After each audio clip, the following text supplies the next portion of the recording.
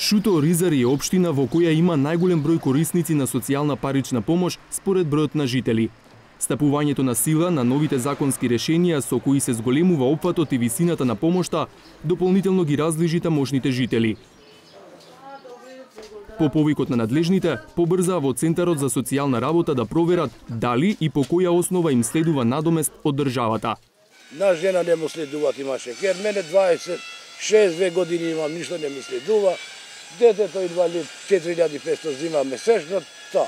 Ке примаш социјално 1, 2, 3 години, па мора и да работиш понекогаш, ама државата е должна нешто да ти понуди. Што да кажам? Се работи некои ненормални работи овде. Сите документи ги имам, сите ова, она и исправен сум. А ги имате ли сите документи? Сите документи ги имам. Ете, гледате како е, све ги имам. И тоа што сме се наделали нешто сега, и тоа таа нада ни изумрела. И сега наводно ќе добивам решение и на тоа решение ќе имам право на жалба. Јас поканти. Ја да не одам, нема што да јадам. Дори дојде социјално. Имам дете со церебрална парализа, он зима, нега и постојана, ама ние не сме вработени, нели, и двете. И сега дојдов да прашам дали ќе ми следува мене старосна пензија. Центарот за социјална работа во Скопска Киселавода е меѓу оние кои што покриваат најголема територија, дури 4 општини. Сепак, овде состојбата беше порелаксирана отколку во Шуто Оризари. Зашто понесувавте документи? За туѓа нега за синот, оперирање 3 пати тумор има на мозокот. И сега поднесуваме, треба да доставиме документација од операција, од болници, од пусни листи и работи. Иначе немаше проблем никако. Ова е постаро барање и се ги обновуваме документите. Поднесував документи за остварување на социјална пензија. Во меѓуопштинскиот центар за социјална работа во Скопје велат дека секој случај се разгледува индивидуално. Според однапред утврдена формула се пресметува дали и колкав надоместок следува. При аплицирање задолжителни се државјанство, венчаница и извод од матична книга на родени. Сите други документи, како што се уверение од катастар, уверение од управа за јавни приходи, потврда за моторно возило, ние по службена должност електронски ги добиваме, односно ги гледаме во систем.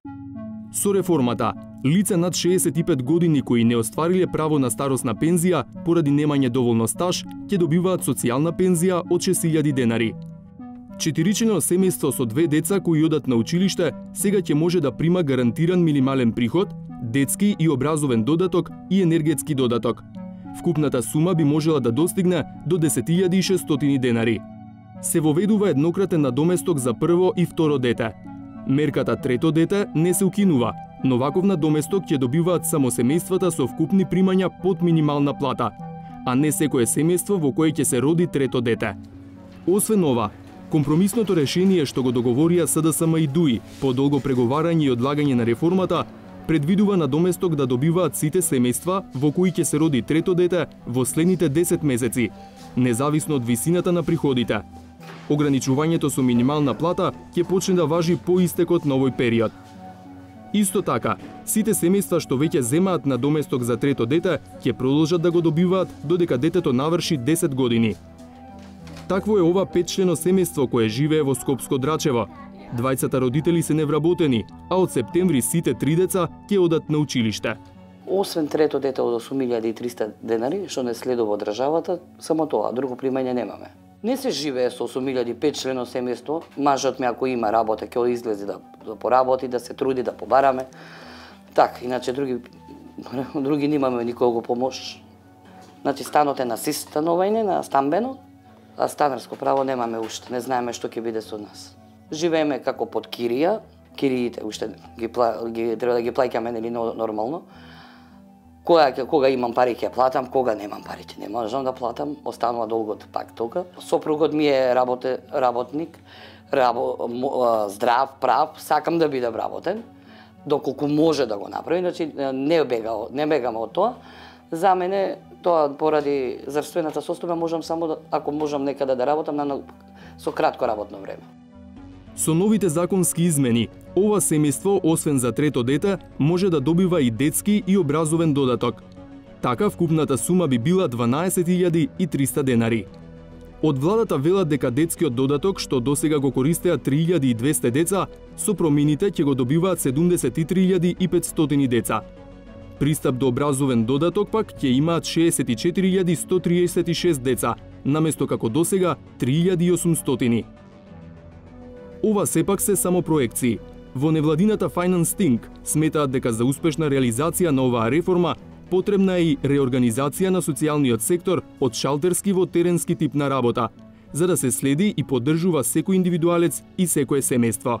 Одржливоста на оваа реформа главно ќе зависи од тоа колку ќе се успее лицата кои што ќе бидат корисници на помошта да бидат извлечени на едно долгорочно одржливо ниво. Што тоа значи? Лицата кои што се работоспособни, а не се активни, да се доведат до ситуација на активност на пазарот на труд и понатаму тие лица да бидат вработени и тоа долгорочно вработени на соодветна работна позиција. Министерката за труд и социјала Мила Царовска убедува дека токму тоа, а не нов популизам, е целта на промените. Го утврдуваме каде, во која личност од семејството имаме највисок потенцијал за вработување. Тоа лице го преквалификуваме, доквалификуваме, го поттикнуваме за практиканство, го вклучуваме на пазар на труд во некоја од мерките и после тоа очекуваме да се вработи. Ако се вработи после 2 месеци, утврдиме дека добило отказ, се откажало и така натаму, не го казнуваме, туку го враќаме повторно во систем. Одиме втор обид и трет обид. И системот на социјална заштита се заснова на обиди и грешки и обиди и грешки, се додека не ја постигнеме целта и со секој дете и со секој поединец кој што досега бил заборавен на маргините на општеството, се му давале трошки и те молам не ми се појавувај да не те гледам никаде во општеството. Не, ние викаме појави се затоа што тие граѓани се и економски потенцијал во државата. А за да се постигне ова, ќе биде потребно засилено присуство на социјалните служби на терен, што е еден од потенцијалните проблеми. Квалитетот на тимовите кои што работат. Човечкиот потенцијал во системот на социјална заштита со години беше заборавен. Јас една година вложив да сите вработени поминат обука, нови систематизации, нови програми за работа со нив, тренинг центар се спрема за социјална заштита, за да може тимот или затоа што ова е работа човек на човек. И тука ако едниот човек нема потенцијал, не може да го извлече другиот човек. Тоа значи дека тука го гледам првиот ризик во реализација на самата реформа, но јас ќе дадам максимум да социјалните работници колеги добијат соодветна прва плата, во законот ги зголемуваме и нивните плати, втора работа да добијат соодветна обука, соодветен квалитет на работно место и да се мотивирани за да сработат со корисниците на минимален адекватен приход или тој семеен пакет. Вкупниот годишен буџет за зголемената по опфат и висина социјална помош е околу 36 милиони евра.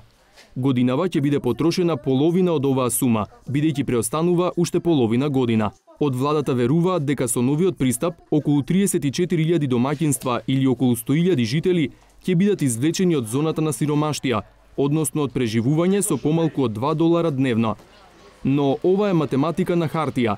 Дали и колку таа ќе се совпадне со математиката на терен, првата контролна станица е крајот на оваа календарска и фискална година.